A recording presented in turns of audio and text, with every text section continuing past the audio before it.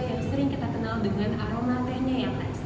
Namun siapa sangka, perusahaan pembuatnya yaitu PT Sariwangi Agricultural Estate Agency telah dinyatakan pilot pada tahun 2018. Di balik secangkir teh ini, ternyata ada dua pembelajaran penting mengenai hukum bisnis, dimulai dari subjek, objek, perjanjian bisnis, dan proses pembubaran.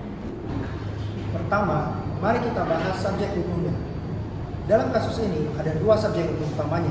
Yang pertama adalah PT Sariwangi Agricultural Estate Agency sebagai debitur pilot termasuk para stakeholdernya.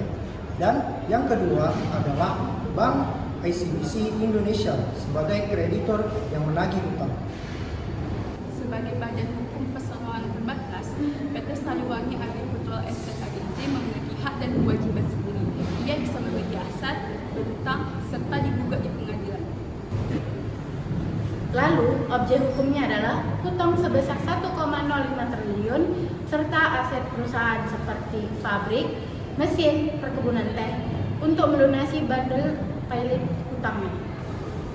Masalah utama Sariwangi berawal dari perjanjian hutang piutang yang tidak diatur dengan matang. Dalam dunia bisnis, perjanjian bisnis harus disertai dengan dua diligensi untuk memastikan kemampuan membayar hutang. Selain itu, penting juga bagi kita untuk mencantumkan klausa restrukturasi dan jaminan yang layak dalam kontrak supaya kedua pihak terlindungi jika terjadi masalah.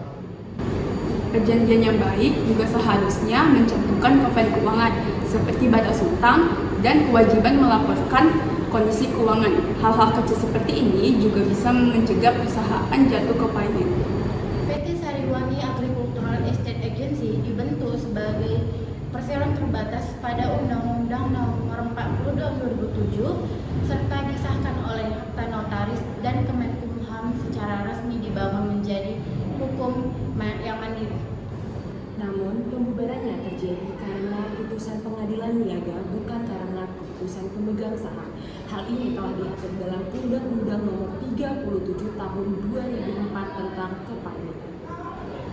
Setelah dinyatakan pilot, pengadilan menunjukkan kurator untuk mengurus dan melelangkan aset perusahaan demi membayar hutang. Setelah semua aset selesai dibereskan, status badan hukum PT Sariwangi dicabut dan perusahaan resmi bubar. Kasus Sariwangi mengajarkan bahwa perusahaan dan merek dagang adalah dua hal yang berbeda. Perusahaannya pilot, tapi merek Sariwangi tetap hidup di bawah undang. PT Sariwangi Agricultural Estate Agency dibentuk sebagai perseroan terbatas pada Undang-Undang Nomor 40 Tahun 2007 serta disahkan oleh Akta Notaris dan Kemenkumham secara resmi dibangun menjadi hukum yang mandiri. Dan yang terakhir, kepailitan bukanlah akhir dari segalanya, tapi merupakan hukum untuk melindungi semua pihak. Kasus kita bahwa Perusahaan dan merek dagang adalah dua hal yang berbeda. Manajemen utang yang buruk bisa menghancurkan bisnis besar sekalipun. Dan hukum perusahaan adalah fondasi penting bagi bisnis agar tetap aman. Sebuah pelajaran dari secangkir teh tentang manisnya kesuksesan dan pahitnya kelalaian.